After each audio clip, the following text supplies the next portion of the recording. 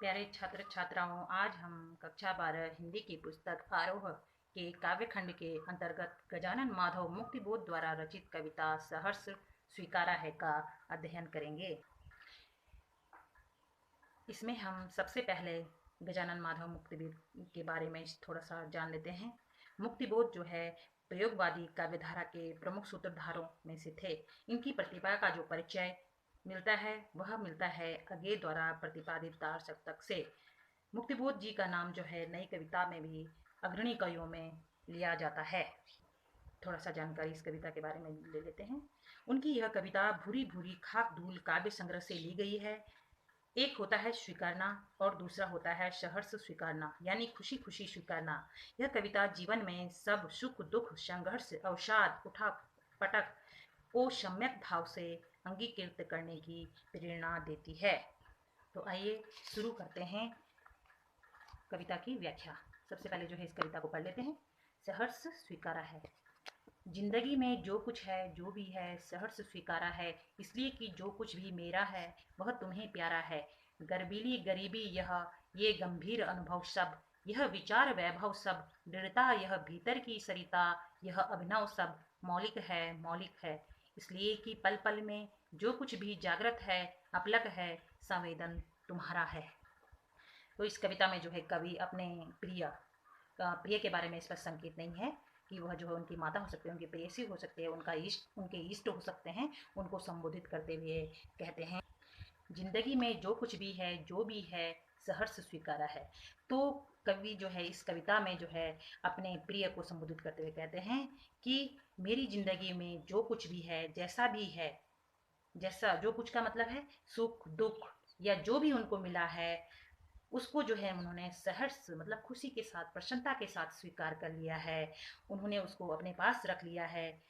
क्योंकि इसलिए कि जो कुछ भी मेरा है वह तुम्हें प्यारा है। तो कवि कहते हैं उन्होंने उसे प्रसन्नता के साथ स्वीकार क्यों किया है? क्योंकि वो कहते हैं कि जो है वह जो है उन्हें भी प्यारा है, अर्थात उनके प्रिय जो उनके प्रिय हैं ईश्वर हैं, उन्होंने जो है उन्हें दिया है, तभी तो जो है उनको प्यारा है, तभी तो उन्होंने जो है उन्हें दिया है, इसलिए उनको वह अच्छा लगता है। तो कवि कहते हैं कि जब वह उन्हें प्यारा है तो जो है मैं उसका प्रतिरोध क्यों करूं, वह मुझे भी प्यारा है। गर्बिली गरीबी यह ये गंभीर अनुभव सब, यह विचार वैभव सब। गर्बिली गरीबी, यहाँ पे जो है गरीबी को गर्बिली क्यों कहा गया है? क्योंकि गरीबी में जो है गर्व कोई महसूस नहीं करता है, लेकिन कवि करता है। तो कवि कहते हैं जो है कि गरीबी जो है ईश्वर के द्वारा दी गई है या उनके प्रिय के द्वारा दी गई है, और जो है धनवान भी उन्हीं के द्वारा बनाया गया है। तो यदि जब हम हमारे पास सब कुछ होता है तो हम उस ईश्वर को भूल जाते हैं, उस इष्ट को भूल जाते हैं, उस प्रिय को भूल जाते हैं, और दुखी होने पर ही उसको उसका स्मरण करते हैं। तो इसलिए जो है कवि जो है उस गरीबी पर गर्व करता है कि वो जो है इस गरीबी में भी जो है उस ईश्वर को जो है इस ईश्वर का स्मरण, उस प्रिय का स्मरण करते हैं। कवि कहते हैं कि जीवन के सुख दुख गरीबी में जो सुख दुख जीवन के गरीबी में जो है उन्होंने जो गंभीर अनुभव उन्हें प्राप्त हुए हैं, सीखे हैं, यही उनकी विचार संपदा है। उनके पास जो है उनके विचारों की धन संपदा है। लोग जो है धन धान्य से पूर्ण व्यक्ति को जो है वैभवशाली मानते हैं, लेकिन जो कवि हैं लेखक हैं मुक्तिबोध जी हैं, वो जो है अच्छे विचार वालों को वैभवशाली मानते हैं। आगे, दृढ़ता यह भीतर की सरिता, यह अभिनव सब मौलिक है।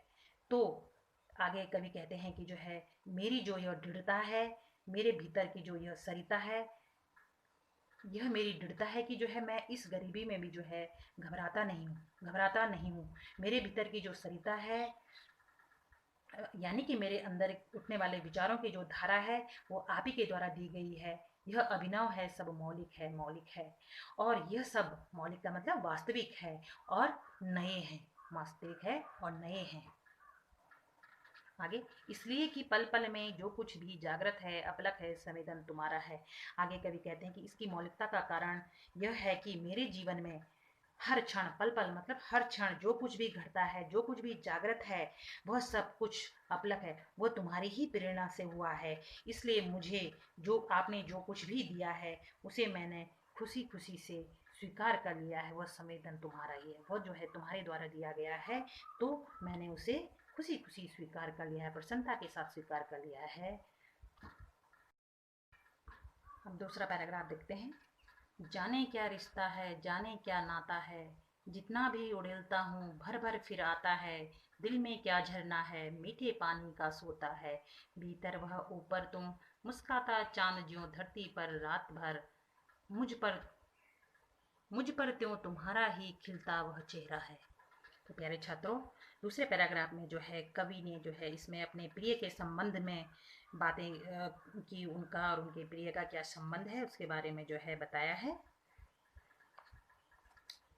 जाने क्या रिश्ता है, जाने क्या नाता है, जितना भी उड़ेलता हूँ भर भर फिर आता है। तो कवि जो है अपने प्रिय से, अपने इष्ट से कहते हैं कि जो है न जाने मेरा आपसे क्या रिश्ता है, मैं नहीं जान पाया हूँ कि मेरा आपसे क्या रिश्ता है। आप जितना भी उड़ेलता हूँ भर भर फिर आता है। आपके लिए जो है मैं जितना भी प्रेम भाव बाहर उड़ेलता हूँ भर भर फिर आता है, उतना ही मेरे अंदर भर जाता है। मैं जितना भी जो है आपके प्रेम भाव आपको जो है बाहर निकालने की कोशिश करता हूँ, उतना ही जो है फिर अंदर भर जाता है। दिल में क्या झरना है, मीठे पानी का सोता है।